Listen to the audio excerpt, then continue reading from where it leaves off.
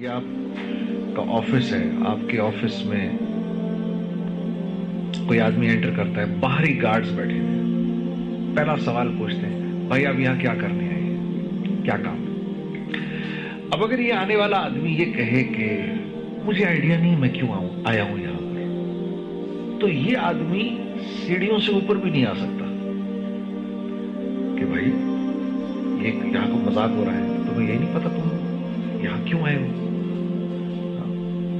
تو ایک آفس، ایک نارمل سا آفس، یہاں تو کوئی آدمی بغیر مقصد اور بغیر وجہ کے آ نہیں سکتا، تو اس کائنات کے اندر میں اور آپ بغیر وجہ کے ہیں، تو قرآن اس کو کیسے بیان کرتا ہے؟ تو قرآن کہتا ہے افحسبتم انما خلقناکم عبثا وانکم الینا لا ترجعون۔ افحسبتم، کیا سوچ رہے ہو؟ کیا تمہارا خیال ہے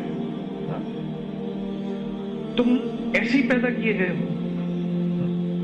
تم خود تو کوئی چیز بغیر وجہ کے تخلیق نہیں کرتے، تو تم نے اپنے رب سے یہ توقع رکھی ہوئی ہے کہ اس نے یہ سارا کا سارا جو کائنات کا نظام بنایا ہوا ہے یہ بے وجہ ہے، اس کی کوئی وجہ نہیں ہے۔ فتعال اللہ الملک الحق لا الہ الا هو رب العرش الکریم۔ تم اس سے تمہیں یہ لگتا ہے کہ یہ تم بغیر وجہ کے بیٹھے ہو یہاں پر، ایسے پیدا کر دیا گیا بغیر وجہ کے۔ تو یہ انسان کا سب سے بڑا مسئلہ ہے، اپنے علم اور اپنی سوچ سے، اور انسان کا جتنا بھی علم ہے اس کا محور یا تو اس کی نظر ہے یا اس کی زندگی کے تجربے ہیں۔ وہ یہ اوپر تک دیکھ سکتا ہے، اس کے آگے اس کو کچھ نہیں پتا کیا ہے، یہ اس کی زندگی کے تجربے ہیں تو اس نے سوچ رکھے۔ جہاں انسان کی سوچ اپنے اختتام کو پہنچتی ہے اس جگہ سے وحی کا علم شروع ہوتا ہے، جہاں اس کی لاجک اللاجیکل ہو جاتی ہے وہاں سے وحی کا علم شروع ہو جاتا ہے۔ اب اگر رسول اللہ صلی اللہ علیہ وسلم ہمیں نہ بتاتے تو ہمیں زندگی پر نہ پتا چلتا کہ ادھر دو کرامن کاتبین بیٹھے ہوئے ہیں، دنیا کی کوئی لاجک یہ پروو ہی نہیں کر سکتی لیکن بیٹھے ہوئے ہیں۔ اسی لیے قرآن نے جب کہا نا ذالک الکتاب لا ریب فیہ، تو پہلی جو قرآن نے بات ماننے والوں کی صفت بتائی وہ یہ بتائی کہ یہ ہدایت دیتی ہے کن لوگوں کو؟ متقیوں کو، مدلل متقین، جو اللہ سے ڈرتے ہیں، صرف اس کو اس کتاب سے نفع ہوگا اور کسی کو نہیں ہوگا۔ جو اللہ سے ڈر رہا ہے اللہ اس کتاب کے ذریعے اس کو صراط مستقیم پر چلائے گا، ہر ایک نہیں چل سکے گا۔ اور ڈرنے والوں کی پہلی صفت کیا ہے؟ الذین یؤمنون بالغیب، یہ غیب کی باتوں پر ایمان لاتے ہیں، جن باتوں کو انہوں نے دیکھا نہیں ہوتا، غیب کی باتیں پر ایمان لاتے ہیں۔ یہ غیب کی باتیں ہمیں کس نے بتائیں؟ رسول اللہ صلی اللہ علیہ وسلم۔ انہوں نے بتایا ادھر کرامین کاتبین بیٹھے ہوئے ہیں، مجھے تو نظر ہی نہیں آ رہا۔ انہوں نے مجھے بتایا ہے کہ وفی السماء، مجھے ان کے ذریعے پتا چلا قرآن کہہ رہا ہے وفی السماء رزقکم وما توعدون، میرے بندو تم سے جس رزق کا وعدہ کیا گیا ہے وہ رزق دنیا میں نہیں ہے، دنیا سے اس کا کوئی تعلق نہیں، وہ آسمانوں سے آ رہا ہے۔ وفی السماء رزقکم وما توعدون، تم سے جس رزق کا اللہ فرما رہے میں نے وعدہ کیا ہے اس کا تعلق زمین، پتھر، سونا، چاندی، زراعت، کاشتکاری، سورج، چاند، ستاروں، پہاڑوں سے نہیں ہے، بلکہ یہ ہم آسمانوں سے اتارتے ہیں تمہارے لیے۔ لیکن مجھے تو سب کچھ یہاں سے ہوتا ہوا نظر آ رہا ہے، مجھے تو یہ نظر آ رہا ہے کہ میری پیسے ہیں تو میرے کام بنیں گے، پیسے نہیں ہیں تو میرے کام نہیں بنیں گے۔ مجھے تو یہ نظر آ رہا ہے کہ میری یہ نوکری گئی تو میں تو تباہ و برباد ہو جاؤں گا، یہ نوکری میں چلتا رہوں گا تو ٹھیک چلتا رہوں گا، میری زندگی بنی رہے گی۔ مجھے تو یہ نظر آ رہا ہے نا، یہ ساری چیزیں مجھے نظر آ رہی ہیں، اس لیے میری زندگی کا ایک ایک لمحہ ان کے گرد گھوم رہا ہے، چیزوں کے گرد گھوم رہا ہے، اسباب کے گرد گھوم رہا ہے، حالانکہ یہ صرف اور صرف پیالے ہیں جن میں رزق ڈالا جاتا ہے۔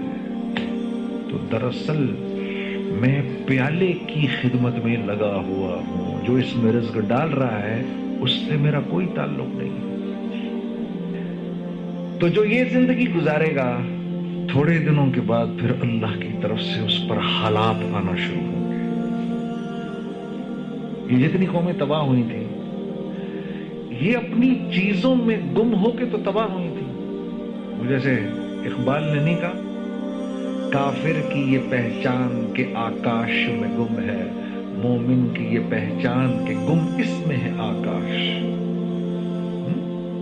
آکاش میں گم ہے, دنیا میں گم ہے, یہیں سے ہوگا سب کچھ, اسی پیسے سے ہوگا. اب کیونکہ پیسے سے ہوگا تو پھر میں نے اس بات کی پرواہ نہیں کرنی کہ یہ پیسہ کیسے آئے گا میرے پاس, کیونکہ ہوگا تو پیسے سے. ہاں یہ کیسے آ رہا ہے اس کی فکر تو میں تب کروں گا جب مجھے اس بات کا احساس ہوگا کہ بھائی اس پیسے سے میری زندگی نہیں بنے گی.